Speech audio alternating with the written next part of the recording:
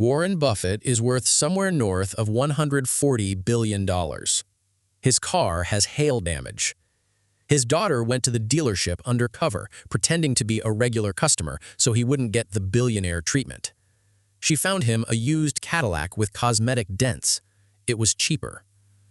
Meanwhile, someone making $60,000 a year just signed a 3-year lease on a BMW.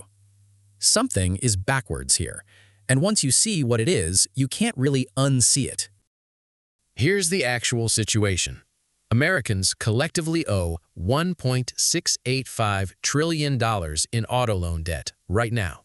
That's more than total student loan debt was before student loans became a national crisis. The average new car loan payment as of late 2025 is $767 a month. The average lease is $638 a month. Neither of those is affordable. Both are more than most people pay for groceries. And on top of those payments, AAA's 2024 driving cost study found that when you add up depreciation, insurance, fuel, and maintenance, the average new car costs $12,297 a year to own. That's more than $1,000 a month on a car. The question isn't whether the car payment is high. The question is who's making it and why, and whether it's moving them toward money or away from it. Here's the assumption most people carry around. Fancy car outside means money inside. Luxury badge equals wealthy driver. The BMW tells you something about the person in it. The data says something different. An Experian automotive analysis of their vehicle database found that among households earning $250,000 or more than 60% are driving Hondas, Fords, and Toyotas. Not luxury brands. Not what you'd expect from the income level. Just regular cars. And then there's this line, which I had to read twice when I found it, from the Millionaire Next Door, a study of actual American millionaires from 1996.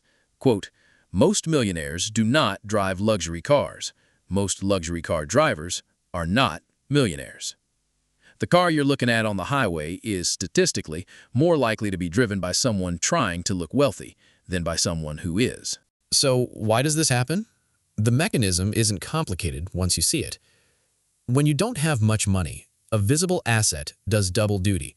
It carries actual financial weight, credit access, job interviews, how people treat you, and it sends a signal. I'm doing okay. I belong here. A new car is the most visible, expensive thing most people can put in front of the world on a monthly payment plan. The analogy that makes sense to me, it's like the difference between wearing a name tag and being known. New employees wear name tags.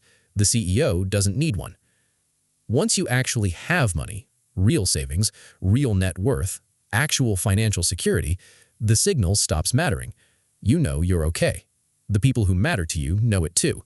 The car becomes just a thing that gets you places, and a thing that gets you places costs a lot less than a thing that announces your net worth. The academic version of this is called conspicuous consumption.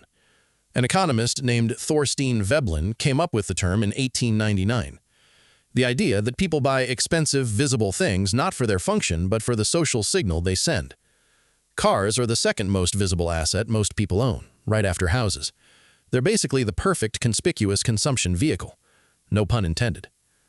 More recently, a 2024 paper in the Journal of Economic Behavior and Organization found something specific. Consumers with lower credit scores showed measurably stronger demand for prestigious vehicles than those with higher scores. The researchers found the driver was status signaling, the desire to appear to have a higher social position than you currently do. The people most motivated to buy the expensive, visible car are, on average, the people who can least afford it. That's the inversion. That's the whole thing.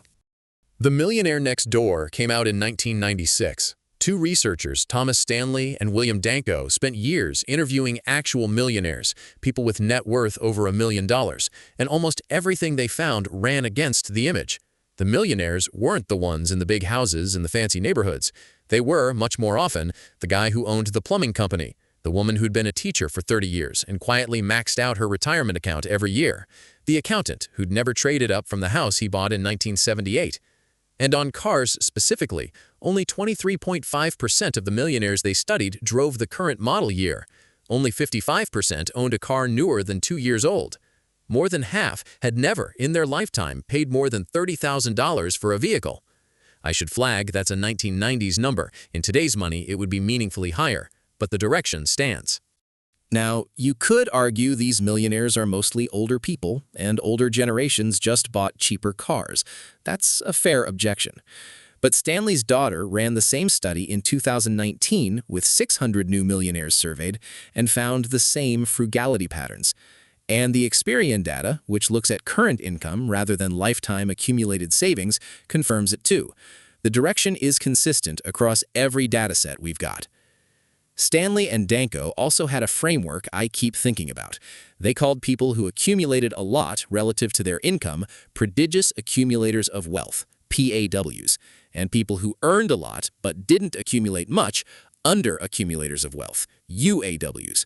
And the UAW profile was often a high-income professional, doctors, lawyers, corporate managers, people whose income generated expectations of a certain visible lifestyle which ate into savings.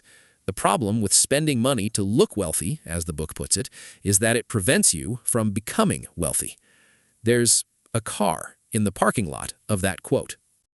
There's a specific thing car salesmen are trained to ask you. It's not, what's your budget? And it's not, what do you need?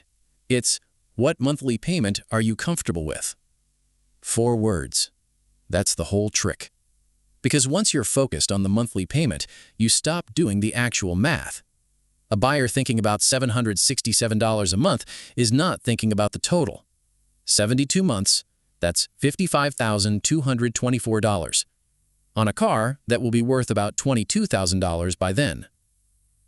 Meanwhile, on the other side of town, the hail-damaged Cadillac guy asked about the total price, because that's the number that actually matters. And here's where it gets worse, or funnier, depending on how you look at it. The cars most loaded with status signal are also the fastest to lose their value.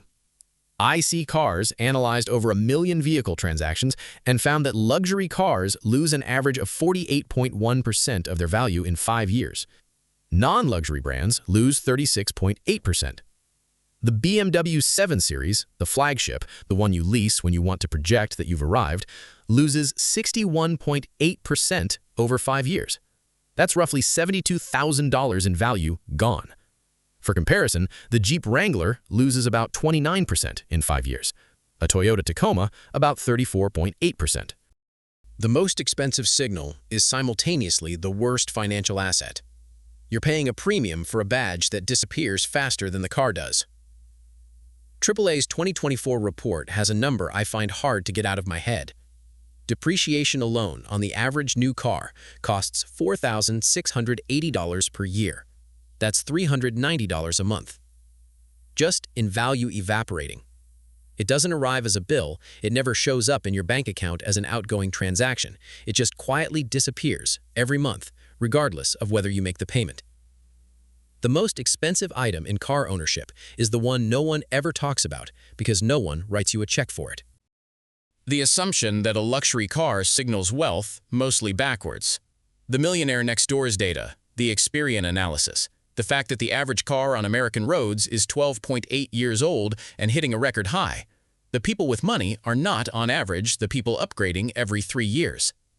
The assumption that the monthly payment is the cost. The actual cost is the total payment, plus what the car will be worth when you're done, plus the $390 a month that never shows up as a bill, quietly leaving every month on top of everything else. And I want to be honest about something. Leasing isn't automatically a mistake. If you have excellent credit, you use it as a business vehicle, you genuinely want warranty coverage, and the math works out, then leasing can make sense. The trap isn't the lease. The trap is using the lease to drive a car you can't afford, to project status you don't have yet, while someone else quietly drives it paid off. The people accumulating wealth tend to ask one question about a car. Does it get me where I need to go? The people paying the most for cars are often asking a different question. What does this say about me? Those 2 questions lead to 2 very different financial lives. And honestly, the whole machine, the monthly payment reframe, the luxury depreciation, the mileage overage fee waiting at least turn-in, the badge premium baked into the price, It's an incredibly well-designed system for extracting money from people who'd rather look wealthy than become it. Respect, genuinely. Horrible outcome for the buyer, but remarkable engineering. The car thing is one piece of a bigger pattern. Your brain has a lot of rules about money that aren't actually helping you. If you want the next piece of that, the one about why a 50% off sign is almost always theater, that one's right there.